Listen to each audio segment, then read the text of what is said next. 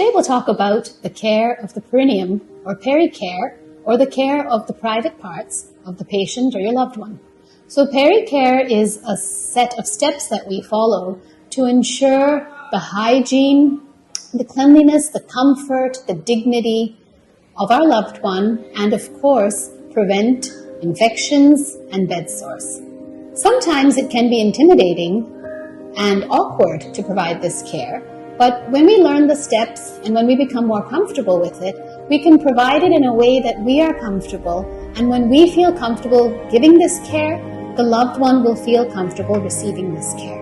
If the patient has trouble with urine or stool control, then every time there is a passage of urine or stool into the diaper, then we need to give this pericare. Pericare is the observation of the perineum for any signs of infection, rash, any risk of beginning of a bed sore. It's also the cleaning of the area. We start with washing our hands. Hand hygiene is very important to prevent spread of infection to your loved one, and also to prevent any infection to yourself and other people around you. After washing your hands, you can start by arranging your supplies, which would be a basin of warm water, a few towels or washcloths, which will become wet, 1 or 2 towels or washcloths, which will be designated dry. If you need, you could use disposable wipes.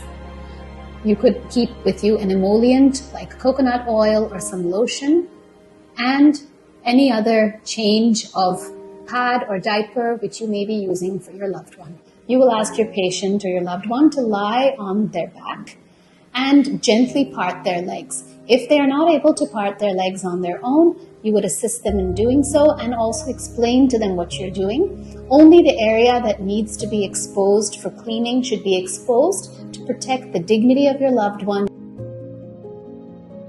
You can inspect the area for any wounds, any redness, any irritation, any signs of a warning of either an infection or a beginning of a bed sore, and then you will start cleaning.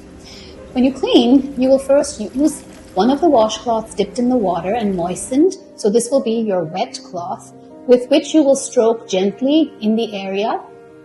Remember, always working from the top to the bottom. You will never repeat the stroke with the same towel or the same part of the towel.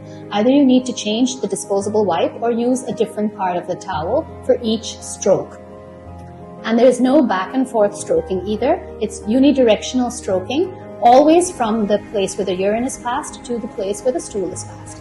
This is important because if we go in the opposite direction, or if there's any contamination of the urinary pathway with stool, we're putting the patient at a very high risk of a urinary tract infection.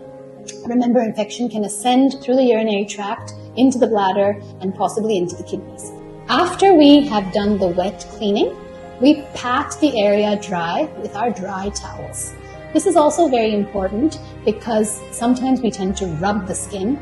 Rubbing the skin can cause excoriation or breaking of the skin, which can lead to further risk of infections, irritation, and possibly bed sores. Sometimes the patient needs to be turned to the lateral position to get better access to where the stool is passed from and to check the buttocks and the sacrum for the beginning of any bed sores.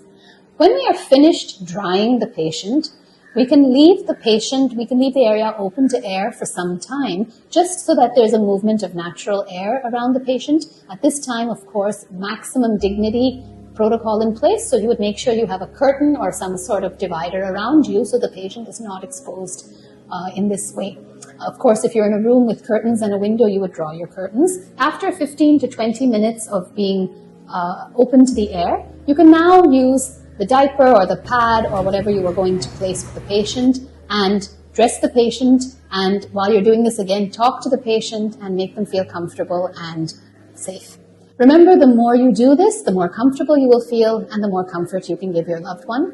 A couple of myths that we need to look at are the use of strong antiseptics. Often we feel that if we use a strong antiseptic or a cleanser, that'll keep the area cleaner. Remember, strong antiseptics actually dry the skin and cause irritation and are very uncomfortable for the patient. So we prefer just plain warm water. And if you're going to use a gentle liquid soap or a cleanser or some baby soap, that should not be the last step. Following that, you need to wipe with plain water so that none of it is left as residue on the skin. If you have any more questions or clarifications, or you just need a helping hand, please feel free to reach out to one of the team at Sukoon Nilaya Palliative Care Center, where we'd be happy to handhold you through our inpatient, outpatient, and tele-OPD services so that you can provide the best possible care to your loved ones and feel empowered as you do so. Stay safe and stay healthy.